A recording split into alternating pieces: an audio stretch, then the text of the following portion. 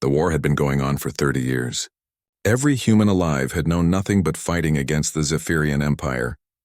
The aliens were stronger, smarter, and had better technology. Their ships could destroy entire planets and their weapons could cut through anything humans built. Yet somehow humanity was still fighting. Ambassador Elena Vasquez walked through the corridors of Harmony's Edge, the neutral space station where peace talks were happening. She could see the other alien delegates through the windows of their meeting rooms. The Veltar looked like walking crystals that sang when they talked. The Nethys Collective appeared as floating clouds of gas that changed colors based on their emotions. All of them were older than humanity by thousands of years. "Ambassador, they're ready for you," said Lieutenant Morrison, Elena's assistant. He was young, maybe 25, and had never known peace. Like most humans his age, he carried himself like a soldier, even in his diplomat's uniform. Elena nodded and entered the main conference room. The Zephyrian representatives sat across from her. They looked almost human, except for their pale blue skin and silver eyes that seemed to glow. High Commander Zethkar, their leader, smiled at her. Elena had learned not to trust that smile. "Ambassador Vasquez," Zethkar said in perfect English, "we are pleased to finally discuss ending this unfortunate conflict." "We want peace too," Elena replied. She meant it, but she also knew that wanting something and getting it were different things. Admiral Chen sat beside her. He was an old soldier with gray hair and scars from battles fought in space and on distant worlds. He had been fighting the Zephyrians longer than anyone. His face showed nothing, but Elena knew he was thinking hard about everything being said. The Veltar representative, a being called Crystal Song of Morning, spoke in musical tones. "The Council believes both sides have suffered enough. War brings only pain." "Indeed," said the Nethys delegate, its gaseous form turning a peaceful blue color. "The young species must learn to live in harmony." Elena noticed how they called humanity the young species. It was not exactly an insult, but it was not respect either. To these ancient aliens, humans were like children who had gotten hold of dangerous toys. Zethkar placed a data tablet on the table. "We have prepared terms that we believe are fair to both sides." Elena picked up the tablet and read. The terms were surprisingly good. Humanity would keep most of their colonies. There would be trade agreements that favored human businesses. Most shocking of all, humanity would be invited to join the Inner Council of Civilizations, something no species had achieved in less than 1,000 years. "These terms are very generous," Elena said carefully. "We believe in forgiveness," Zethkar replied. "Humanity has proven to be brave fighters. We respect that." Admiral Chen leaned forward slightly. Elena knew that meant he was suspicious. "What do you want in return?" "Simple things," Zethkar said. "Human military forces must be reduced to defensive levels only. Your colonies must accept monitoring stations to ensure compliance, and all human ships must use designated travel routes for security purposes." The other alien delegates nodded approvingly. This sounded reasonable to them. Elena looked at Admiral Chen. He gave her the smallest nod. It was a signal they had agreed on before the talks began. It meant, "We will sign, but we will be careful." "We need time to discuss this with Earth," Elena said. "Of course," Zethkar said. "Take all the time you need." Later, in their private quarters, Elena and Admiral Chen talked quietly. "It's a trap," the Admiral said without hesitation. "I know," Elena replied. "The question is, what kind of trap? The monitoring stations will watch everything we do. The travel routes will limit where we can go. And reducing our military means we cannot fight back when they decide to finish what they started." Elena nodded. "But if we refuse, the war continues." "Our people are tired, Admiral. We are losing more ships every month, are we?" Admiral Chen asked with a strange smile. "The reports I get from the front lines tell a different story." Elena looked at him carefully. Admiral Chen had been acting odd for the past few months. He spent long hours in meetings with his staff, and he asked strange questions about Zephyrian technology and tactics. "What are you not telling me, Admiral?" "Nothing you need to worry about yet," he said. "Just trust me when I say that humanity has more options than our enemies think." The next day, Elena returned to the conference room. The alien delegates waited eagerly for humanity's answer. "Earth has reviewed your terms," Elena announced. "We accept." The room erupted in celebration. The Veltar sang a crystal song of joy. The Nethys delegate turned bright gold with happiness. Even the usually serious Zephyrians smiled. "This is a great day for galactic peace," Zethkar declared. Elena signed the documents with a human pen, an old-fashioned writing instrument that seemed primitive compared to the alien technology around her. But as she signed, she thought about Admiral Chen's words. Humanity had more options than their enemies thought. Over the next few days, news of the peace treaty spread across the galaxy. Human colonies celebrated in the streets. Earth's stock market soared as investors looked forward to peaceful trade. The galactic news networks called it the miracle of Harmony's Edge. But Elena noticed things that others might miss. Admiral Chen spent a lot of time sending coded messages to human colonies. Supply ships began making unusual trips to human settlements.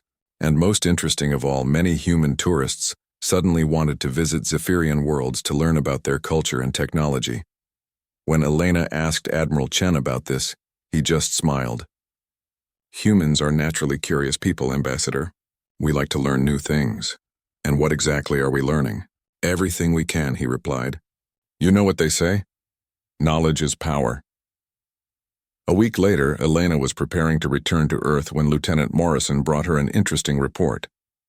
Human freight companies were ordering much more cargo space than usual. Human students were applying to alien universities in record numbers, and human businesses were requesting permits to set up operations near important Zephyrian installations. Sir, Morrison said, it looks like everyone wants to take advantage of the new peace. Elena looked out the window at the human ships preparing to leave Harmony's Edge. They looked like normal civilian vessels. Nothing special about them. But she had learned to look deeper when dealing with Admiral Chen and his plans. Lieutenant, she said, I want you to keep track of where all those ships are going, and I want reports on what our people are doing in Zephyrian space. Yes, sir. Is there something wrong? Elena thought about Admiral Chen's confident smile and his mysterious meetings. She thought about how quickly the Zephyrians had offered such good terms. Most of all, she thought about the Admiral's words. Humanity had more options than their enemies thought. No, Lieutenant, she said finally. I do not think anything is wrong. In fact, I think everything might be going exactly according to plan. As Elena's ship prepared to leave for Earth, she took one last look at Harmony's Edge. The space station had been built by the Veltar as a symbol of peace between different species. It was beautiful, with crystal walls that reflected starlight in amazing patterns. But Elena knew that beauty could hide danger. Peace treaties could be traps, and sometimes the best way to survive a trap was to see it coming and be ready for it. She had a feeling that Admiral Chen was very ready indeed. 6 months had passed since the peace treaty was signed. The galaxy was finally quiet after 30 years of war. Human colonies across known space were following the new rules perfectly. They reduced their military forces just as promised. They welcomed Zephyrian monitoring stations on their worlds. Human ships only traveled on the approved routes. Dr. Sarah Chen, Admiral Chen's daughter, was working in a research lab on the Zephyrian world of Kethmore. She was part of a joint science project studying quantum mechanics. The Zephyrian scientists she worked with were impressed by how eager humans were to learn. Dr. Chen, said her Zephyrian colleague, Velshan, your species adapts quickly to new concepts. Sarah looked up from her workstation where she was studying Zephyrian power distribution systems. We have always been good at learning from others, she said with a smile. Humans believe that knowledge should be shared. Velshan's silver eyes glowed with approval. This is why the peace treaty was wise.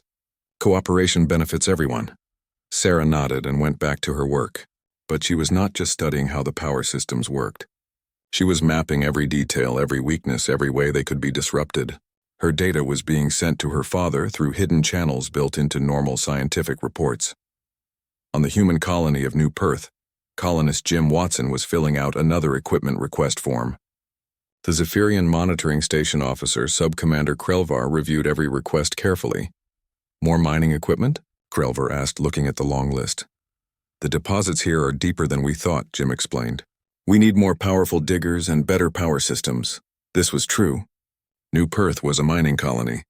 But what Jim did not mention was that mining equipment could be modified in interesting ways. Laser drills could become weapons. Power generators could charge shield systems. And deep mining required the kind of sensors that could detect ships approaching from orbit. Krelvar approved the request. Humans were known to be hard workers, and their mining operations brought wealth to both species under the new trade agreements. On Earth, the news media was full of happy stories about the new peace. Human businesses were making money trading with alien species. Human students were learning amazing things at galactic universities.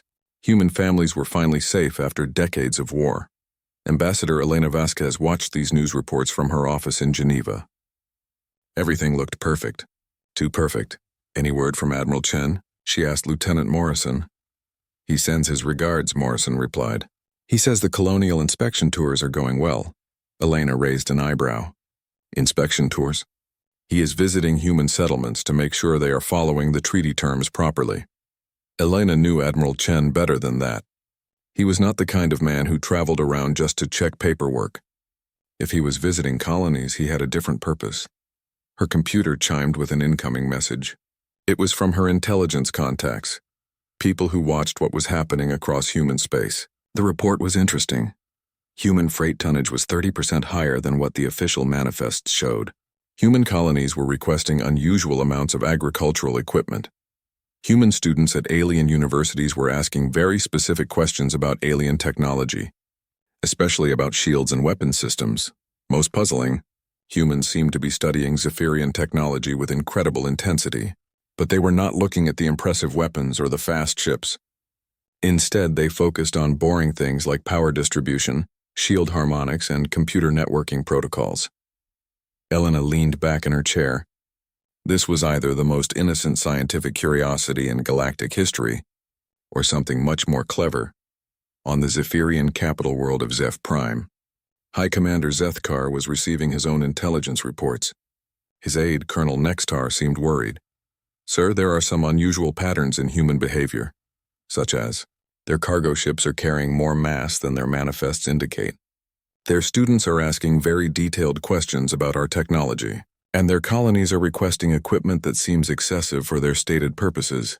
Zethkar waved a dismissive hand. Humans are naturally curious, and they are probably just being inefficient with their resource management. You know how primitive their planning systems are? Yes, sir. But there is another concern. Our monitoring stations report that human colonies are much more organized than we expected. They seem to know exactly where to place their new equipment for maximum efficiency. Colonel, you are worrying about nothing, Zethkar said firmly. Look at the facts.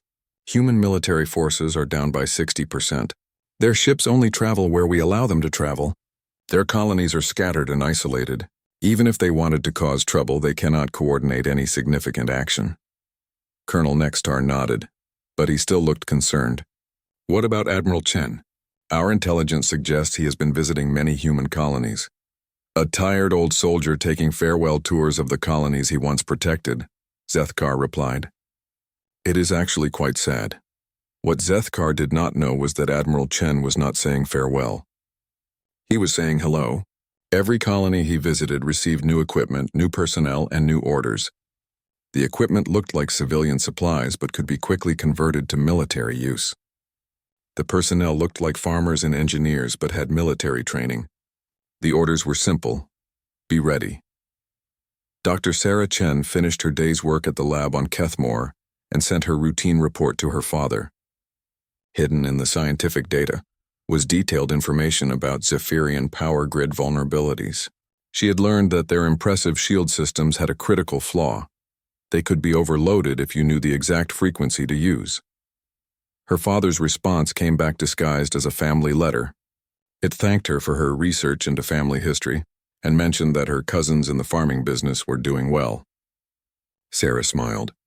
The farming business meant the military preparations on the colonies. On New Perth, Jim Watson watched the latest shipment of mining equipment being unloaded. The Zephyrian monitor, Sub-Commander Krelvar, noted the delivery in his log but paid little attention to the details. He did not notice that some of the equipment was designed to work together in configurations that had nothing to do with mining. That night, Jim and his fellow colonists worked by artificial moonlight to install their new equipment. To anyone watching, it looked like they were setting up a more efficient mining operation. In reality, they were building a defensive network that could protect the colony from orbital attack. Across human space, similar activities were happening. Students at alien universities were learning exactly what they needed to learn. Merchants were buying exactly what they needed to buy. Colonists were building exactly what they needed to build. The Zephyrians saw eager cooperation. They saw humans following the treaty perfectly. They saw a defeated enemy making the best of a bad situation. They did not see that humanity was preparing for war again. But this time it would be a very different kind of war. Admiral Chen stood on the observation deck of his flagship, hidden in the asteroid field near the border of human space. Around him, other human ships were also hidden, using advanced stealth technology that the Zephyrians did not know humans possessed. "Sir," said his communications officer, "all colonies report ready." "And our friends?" the Admiral asked. "Dr. Chen's research has given us everything we need to know about their technology. The students report that they have identified key personnel and systems. The merchants have placed our assets where they need to be." Admiral Chen nodded. Everything was proceeding according to plan. The Zephyrians thought they had won. They thought humanity was trapped by the treaty terms, scattered and helpless.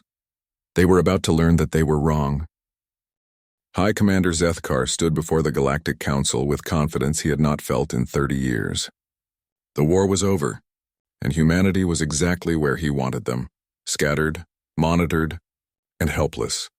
"Honored delegates," he announced to the assembled alien representatives. "It pains me to report that humanity has violated the peace treaty." The council chamber erupted in surprised voices. The Veltar's crystal forms rang with alarm. The Nethys Collective's gaseous bodies turned dark red with concern. "What violations?"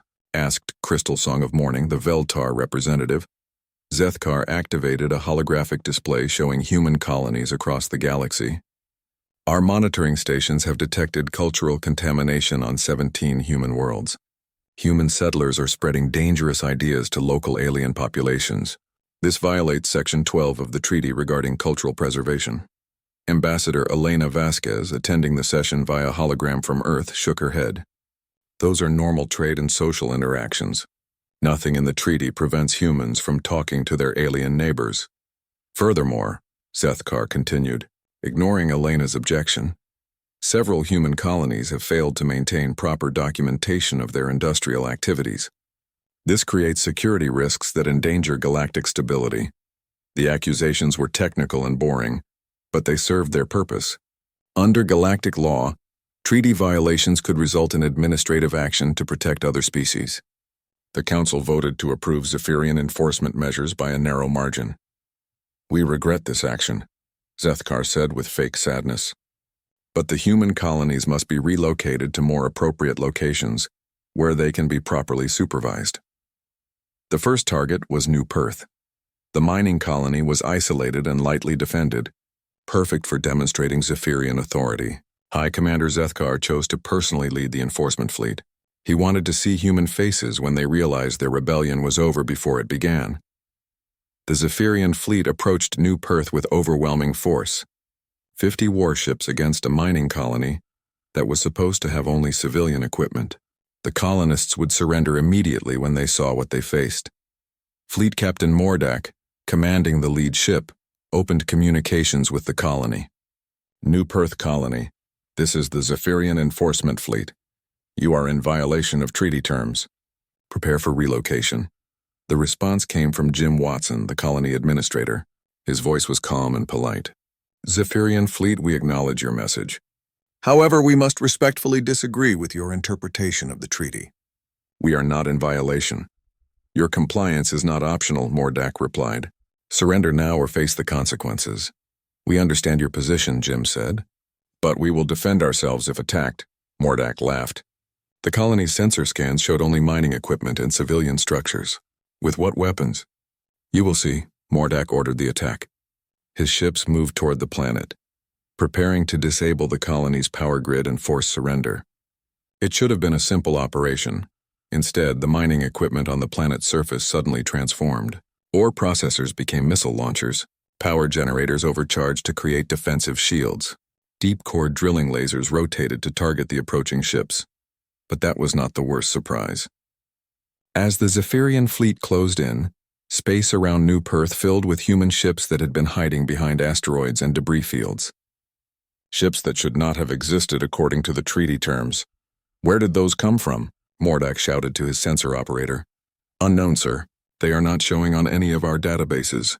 The human ships opened fire with weapons that cut through Zephyrian shields like paper. Worse, they seemed to know exactly where to hit each Zephyrian vessel for maximum damage. How do they know our weak points? Mordak demanded. His question was answered when his own ship's systems began failing. The power distribution network, designed by Zephyrian engineers and trusted for centuries, was being overloaded by precisely targeted frequency pulses. His shields collapsed, his weapons went offline, his engines stuttered and died. Across the fleet, the same thing was happening. Zephyrian technology was turning against itself. Retreat, High Commander Zethkar ordered from his flagship. All ships retreat immediately. But retreating was not easy when your ships were falling apart around you. The human defenders did not pursue the fleeing Zephyrians, but they did not need to. 20 Zephyrian vessels limped away from New Perth. 15 did not. High Commander Zethkar stared at his damage reports in disbelief. How is this possible? The humans were supposed to be helpless. Their military was reduced. Their ships were monitored. Their colonies were isolated. Colonel Nextar approached nervously. Sir, we are receiving similar reports from other enforcement operations. Other operations? Yes, sir. You authorized simultaneous actions against 12 human colonies. All of them have encountered unexpected resistance. The reports were all the same. Human colonies that should have been defenseless were fighting back with improvised weapons and impossible knowledge of Zephyrian weaknesses. Every enforcement fleet was taking heavy casualties. Worse, the human defenders were broadcasting their battles across the galactic communication networks. The entire galaxy could see Zephyrian forces being defeated by mining equipment and agricultural machinery. On Earth, Admiral Chen watched the battle reports with satisfaction. Everything was going according to plan. Sir, said his aide, the Zephyrians are requesting an emergency council session. Let them, Admiral Chen replied. They are about to learn that setting a trap is easy. Making sure you are not the one caught in it is much harder. Dr. Sarah Chen, still working in the Zephyrian lab on Kethmore, received an urgent message from her Zephyrian colleague Velshan. Dr. Chen, there are reports of fighting at human colonies. Are your people rebelling against the treaty? Sarah looked up from her work with an innocent expression. I have not heard anything about fighting. Are you sure the reports are accurate? The battles are being broadcast live. Human colonists are attacking Zephyrian peacekeepers with military weapons. That seems very strange, Sarah said thoughtfully. According to the treaty, human colonies only have civilian equipment. Perhaps there has been some mistake. Velshan stared at her. You really do not know what is happening? I am just a scientist, Sarah replied. I study power distribution systems and shield harmonics. I do not understand military matters, but privately Sarah was very proud. The shield harmonic frequencies she had discovered were working perfectly. Every Zephyrian ship that attacked a human colony was finding its defenses useless against weapons tuned to precisely the right settings. High Commander, Zethkar called an emergency meeting of his senior staff. The room was filled with worried officers trying to understand how their perfect trap had become a disaster. Explain to me, Zethkar demanded, how colonies with no military equipment destroyed 15 of our warships. Sir, said Colonel Nextar carefully, it appears the humans have been preparing for this. Preparing how? We monitored everything they did. Not everything, sir. The mining equipment really was mining equipment, until they modified it. The agricultural supplies really were agricultural supplies, until they were converted to other uses. The civilian ships really were civilian ships until they revealed hidden weapons. Zethkar felt a cold fear growing in his chest. Are you telling me that the humans knew we were planning to betray the treaty? It appears so, sir. But how? Our plans were secret. Colonel Nextar hesitated. Sir, remember that humans have been working closely with our people for 6 months. Their students have been in our universities. Their scientists have been in our laboratories. Their merchants have been in our cities. You think they were spying? I think they were learning, sir. Learning everything they needed to know to defeat us. High Commander Zethkar realized with growing horror that the peace treaty had not been a trap for humanity. It had been a trap for the Zephyrian Empire, and they had walked into it with their eyes wide open. The Galactic Council chamber was in chaos. Representatives from dozens of species were shouting at each other in their various languages. The Crystal Veltar were ringing like alarm bells. The gaseous Nethys Collective had turned the angry red color of storm clouds. Ambassador Elena Vasquez stood at the human podium, waiting for the noise to die down. She looked calm, but inside she was preparing for the most important speech of her career. Order, called the council speaker, an ancient being whose species was so old that no one remembered their original name.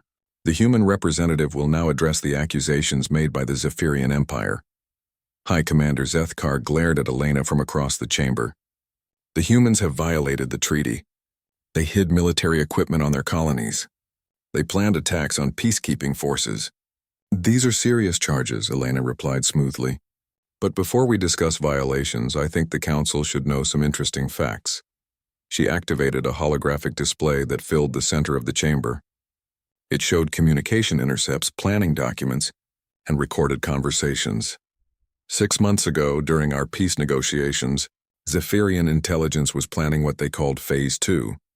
This involved isolating human colonies and then forcibly relocating them to prison worlds. The display showed High Commander Zethkar himself discussing the plan with his officers. His own words echoed through the chamber. Once the humans are scattered and disarmed, we will move them to worlds where they can be properly controlled. The council erupted again. Several alien species that had supported the Zephyrians looked shocked and angry. This recording is fake, Zethkar protested. Is it? Elena asked. Your voice patterns match exactly. Your biometric signatures are confirmed. Unless you are claiming that humans have developed perfect forgery technology in 6 months? She did not wait for his answer. The next display showed detailed plans for concentration camps on remote worlds, where humans would be held as prisoners. The peace treaty was never meant to create peace, Elena continued. It was meant to make humanity helpless so that the Zephyrian Empire could finish what they started in the war. Crystal Song of Mourning, the Veltar representative, sang a note of deep concern. If this is true, then the Zephyrians have committed a grave violation of galactic law. It is not true, Zethkar shouted. Even if we had such plans, the humans still broke the treaty by hiding weapons. Elena smiled. Actually, we did not break anything. Would you like to see the treaty again? The legal document appeared in the air above them. Elena highlighted specific sections. Article 7 allows human colonies to modify industrial equipment for defensive purposes. Article 12 permits human civilians to take jobs anywhere in the galaxy, including in alien research facilities. Article 15 states that human ships may carry any cargo that is not explicitly banned. She looked directly at Zethkar. We followed your treaty exactly. The problem is that you did not understand what humans could do within those legal limits. The next display showed Dr. Sarah Chen's research reports from the past 6 months. Hidden within scientific discussions about power, systems were detailed vulnerability analyses of every major Zephyrian technology. Dr. Chen and hundreds of other human scientists were invited to work in your research facilities, Elena explained. They learned everything they needed to know about your ships, your weapons, and your defenses. All legally as part of the cultural exchange programs you insisted on including in the treaty. High Commander Zethkar was beginning to understand the scope of what had happened. You planned this from the beginning. We planned to honor the peace treaty, Elena corrected. But we also planned to survive when you betrayed it. Admiral Chen's voice suddenly filled the chamber. He appeared as a hologram, speaking from the bridge of his flagship. Members of the council, he said formally, I am Admiral James Chen of the Terran Federation Navy. For the past 6 months, I have been conducting defensive preparations within the legal framework of the peace treaty. His image was replaced by tactical displays showing the current positions of human forces throughout the galaxy. Every human colony now has defensive capabilities that meet or exceed Zephyrian offensive capabilities. Every human ship has been equipped with weapons designed specifically to counter Zephyrian advantages. Every Zephyrian vessel currently in service has been compromised by backdoors in their computer systems. The council stared at the displays in amazement.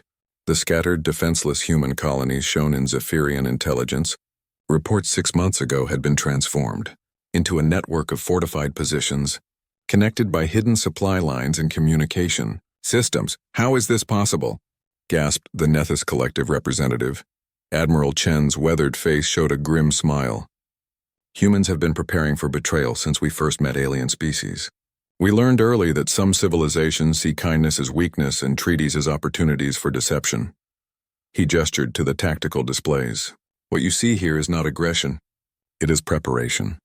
We hoped we would never need these defenses, but we built them anyway because hope is not a strategy. Elena stepped forward. The Admiral speaks the truth.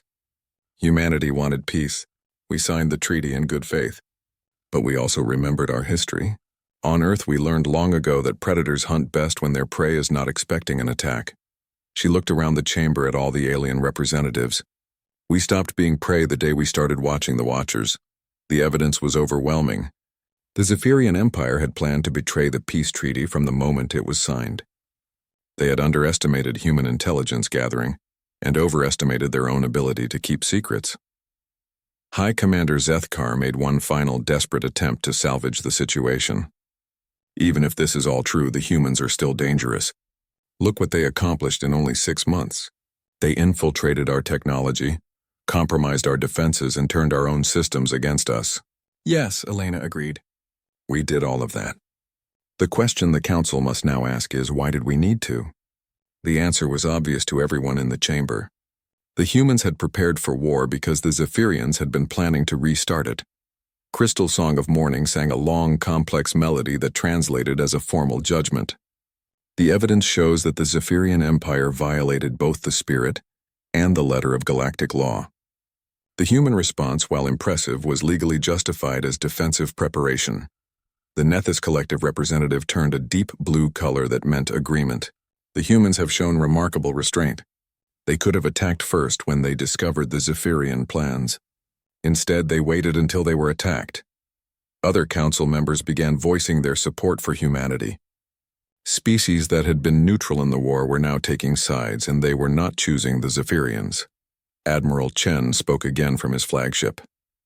High Commander Zethkar, I am offering you one chance to avoid a war that you cannot win. Withdraw your forces to Zephyrian space immediately. Abandon your plans for human relocation. Accept that the peace treaty means what it says, not what you wish it said.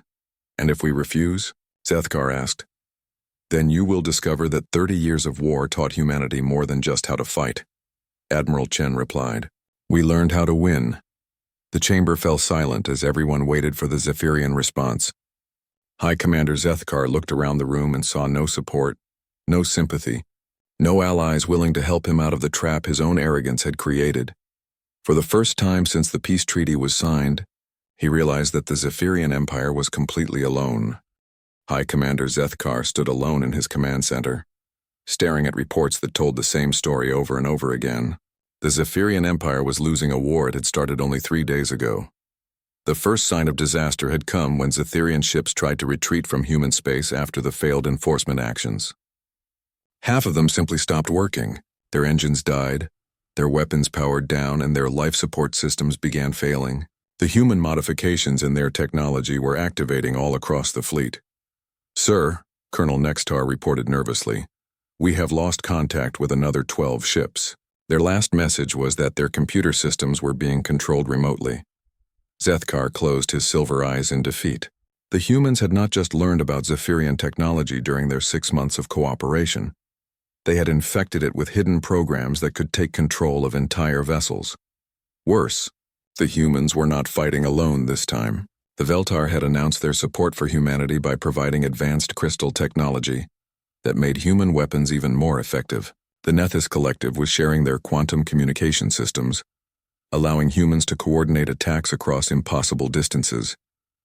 Even former Zephyrian allies were abandoning the Empire. The insectoid hive minds of the Outer Rim had declared neutrality and closed their borders to Zephyrian ships. The machine intelligences of the core worlds were actively helping human forces by providing tactical data. How many ships do we have left? Zethkar asked. In working condition? Maybe 200 out of our original fleet of 800. And the humans? Colonel Nextar hesitated. Sir, we do not know. They keep revealing new vessels that were not in any of our intelligence reports. Admiral Chen seems to have ships everywhere. This was exactly what was happening. Admiral Chen had spent the past 6 months not just preparing human colonies for defense, but also building a hidden fleet using captured Zephyrian technology and new alien allies. Every human merchant ship that had traveled through Zephyrian space had been gathering intelligence and placing assets for future use. On the human colony of New Perth, Jim Watson watched Zephyrian ships surrendering to the local defense force. The irony was perfect. Mining equipment that had been dismissed as harmless was now accepting the surrender of some of the most advanced warships in the galaxy. Colony control to surrendering vessels, Jim announced over the communication system. Please prepare to be boarded. Your crews will be treated according to Galactic prisoner of war conventions. He was proud of how polite he sounded. Humans had always believed in treating prisoners well, even when those prisoners had planned to put human families in concentration camps. Dr. Sarah Chen was no longer pretending to be just a scientist. She sat in the command center of the research station on Kethmore, coordinating electronic warfare against Zephyrian forces throughout the sector. Her 6 months of studying power distribution systems was paying off perfectly. Another Zephyrian battle group just went dark, she reported to her father over their secured communication channel. Their ships are intact, but all their systems are under our control. Good work, Admiral Chen replied. Make sure their life support stays online. We are not monsters. This was the difference between human warfare and Zephyrian warfare. The Zephyrians had planned genocide. Humans were fighting to survive and to protect their families, but they were not seeking to destroy entire species. The war, if it could even be called a war, lasted only 2 weeks. The Zephyrian Empire simply collapsed as their technology failed. Their allies abandoned them, and their military fell apart. The end came when High Commander Zethkar received a message from Admiral Chen requesting a meeting aboard Harmony's Edge, the same neutral station where the peace treaty had been signed. Zethkar arrived with a small escort of ships that were barely functional. Admiral Chen met him in the same conference room where humanity had agreed to the treaty terms that were supposed to be their doom. High Commander, Admiral Chen said formally, I am prepared to discuss terms for ending this conflict. Terms? Zethkar asked bitterly. What terms can there be? You have defeated us completely. Our ships do not work. Our allies have abandoned us. Our colonies are defenseless. That is true, Admiral Chen agreed. But humanity is offering you something your people never offered us. A real chance for peace. He placed a data tablet on the table, just as Zethkar had done 6 months earlier. These are our conditions for ending the war. Zethkar read through the document, expecting to find demands for Zephyrian territory, slaves, or tribute. Instead, he found something unexpected: mercy. The terms were harsh but not cruel. The Zephyrian Empire would withdraw to their original borders. They would pay compensation for the damage they had caused. Their military would be reduced and monitored. But their people would not be relocated to prison worlds. Their colonies would not be destroyed. Their species would not be exterminated. I do not understand, Zethkar said. You have won completely. Why are you not taking everything? Admiral Chen leaned back in his chair. Because that is not who we are. Humans fight when we must. We kill when we have no choice. But we do not seek to destroy other species just because we can. Ambassador Elena Vasquez, who had been quietly observing, spoke up. The irony, High Commander, is that we would have honored an honest treaty. Humans are quite good at keeping their word. We are just better at making sure others keep theirs. Zethkar signed the surrender documents with hands that shook slightly. As he signed, he asked the question that had been bothering him since the war began. How did you know? How did you know we were planning to betray the original treaty? Admiral Chen smiled sadly. We did not know for certain, but we suspected. You see, Commander, humans have learned something important over our long history. When someone offers you exactly what you want, exactly when you need it, you should be very careful about why they are being so generous. The peace terms you offered were too good to be true, Elena added. No species gives up that much unless they plan to take it back later. So you prepared for our betrayal even while hoping we would not betray you, Zethkar said, understanding finally dawning.